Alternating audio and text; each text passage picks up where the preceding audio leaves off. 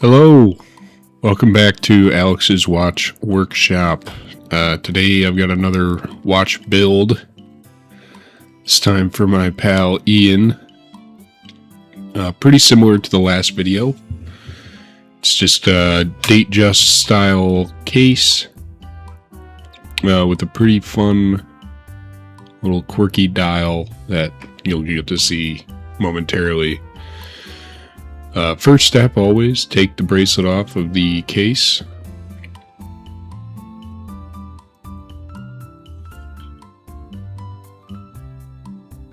Take off this plastic. And then we can unscrew the case back.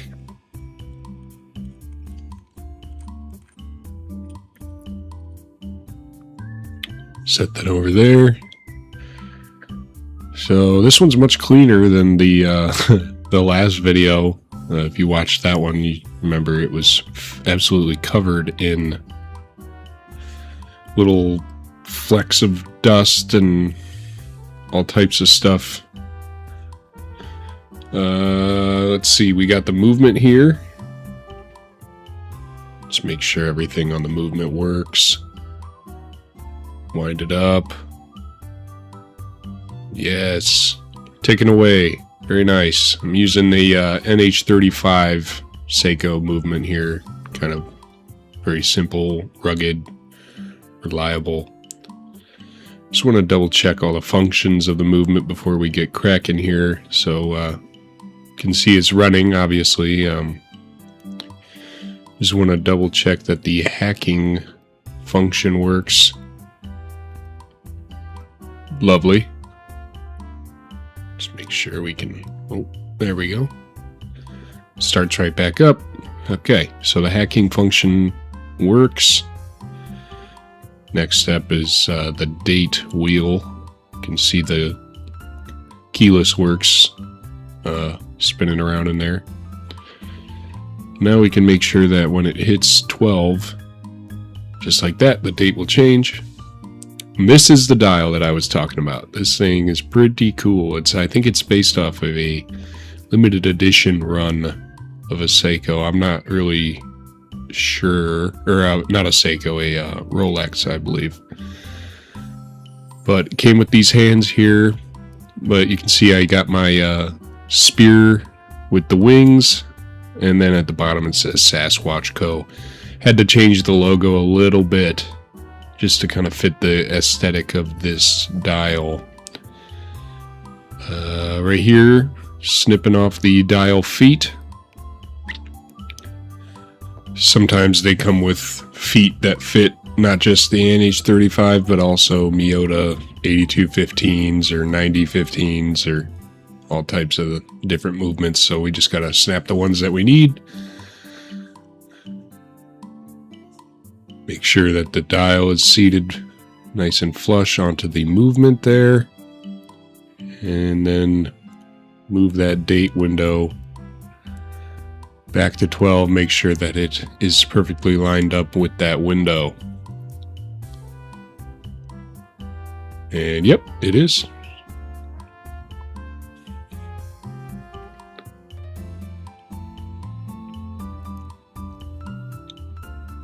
So next we gotta get out these watch hands.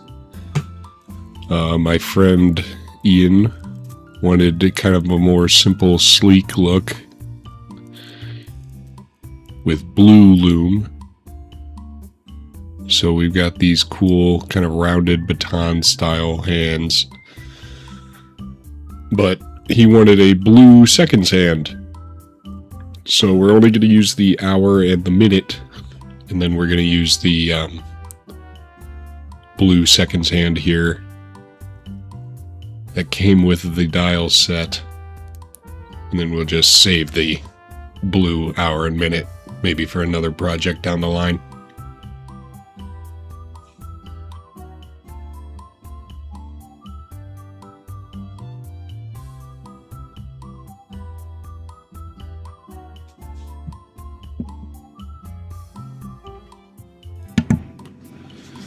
Alright, so now we can just progress the date to 12. start applying the hands. If you remember in my last video, I talked about having a better camera angle for hand placement so you're not just staring at the top of my hand. So I like to just barely get our hand seated flat and then kind of nudge it over directly to 12 without having it engage onto the pinions. And now that it's centered, we can give her a nice little squeeze there, get that set. Double check. Everything looks great. We'll switch over the tip.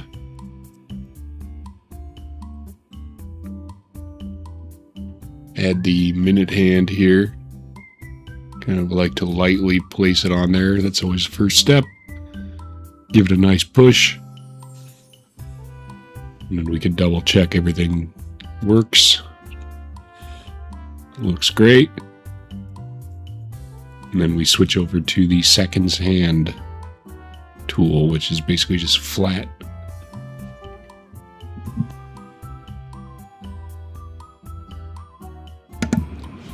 And then we carefully try to, oh, see, I messed it up that time. Try and seat that pin right onto the seconds hand pin, which I think, yep, looks like I got it. Give it one more little push. And look at that. Look how cool that looks, huh? Man, that blue seconds hand is really cool.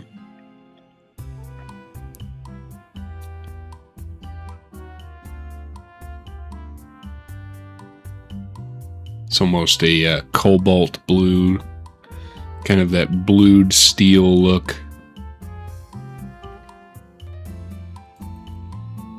Alright, so now we can go ahead and remove the crown stem using this little button on the movement there. Pull that out and then apply the crown to our provided crown stem. I like to make sure that the crown stem provided works. I've had sometimes where the seller will send you maybe the wrong crown stem or a crown stem made for a different Seiko movement, but not this specific one. So I like to double check that all the settings work on it. But it looks like it's working fine, so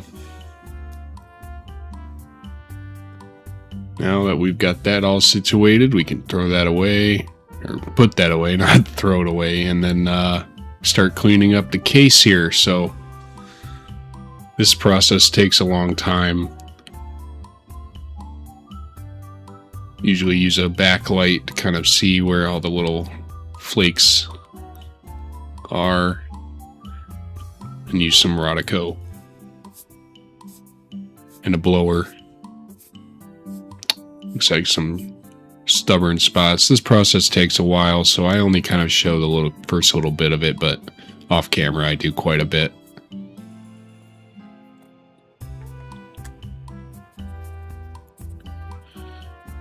Now we got it all cleaned up. Take the crown out, crown stem. Place the movement down very gently and apply it to the case.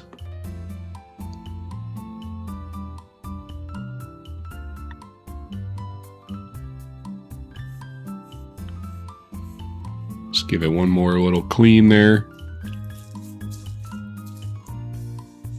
Now we have to find the amount of crown stem that we need to snip off to get a nice flush fit. This is a screw down crown, so we do have to leave a little bit of room for the compression. So look at that, very nice fit there. Can unscrew it, it'll pop out. Plenty of room for the movement of the screw down. Nice tight seal, very good. So now we can add this waterproof gasket back to the back of the case.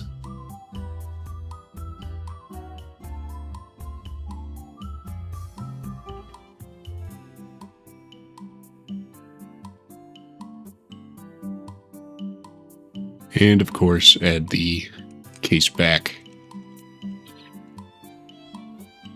And after all that, the watch itself is complete. Wow, that looks so cool. The blue text on the date wheel. Blue seconds hand. So now we can go ahead and do my final little clean here. This is just ultrasonic detergent. And then I give it a little buff. You can see the blue on the crown. That's a little protective film. I usually leave that on for the customer to take off. It's just that way, you know, while I'm doing stuff, I don't nick anything or anything like that. Get everything nice and cleaned up. Get all my finger oils and all that off of it.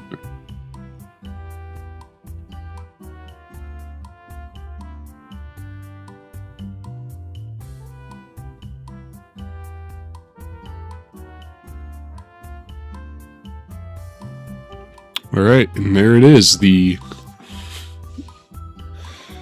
watch is complete.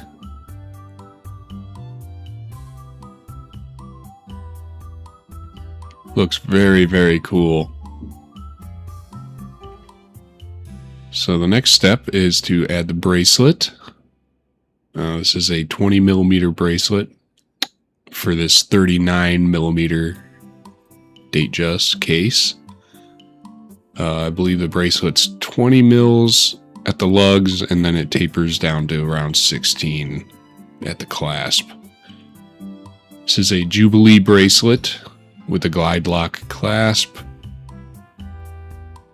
Big fan of Jubilees on the fluted bezel. I kind of feel like if it's got a fluted bezel, you gotta have at least a presidential bracelet or the Jubilee oyster bracelets. I feel like on a fluted bezel are a little not fancy enough, if that makes sense.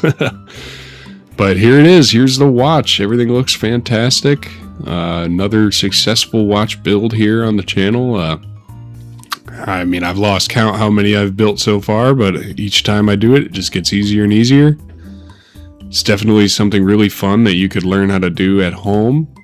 It's kind of, in my opinion, the most affordable way to get the watches that you want without having to spend thousands on a genuine, like, Swiss watch. You know, you can get pretty much the same quality at home if you just learn how to build it yourself. And everything looks fantastic. That blue seconds hand is just popping away.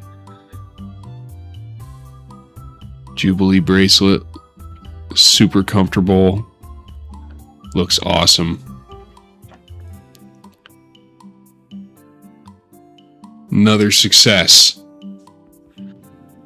Alright, well, thank you very much for watching another video here on the channel. The next video I will be releasing, I'm currently editing it. It's a vintage watch that my friend Ian, who this watch is actually for, he brought him over to me, found him at an estate sale, garage sale type of situation, so that's us refurbishing that for the next one. Anyways, hope you guys have a good day, take care, and I'll see you in the next one.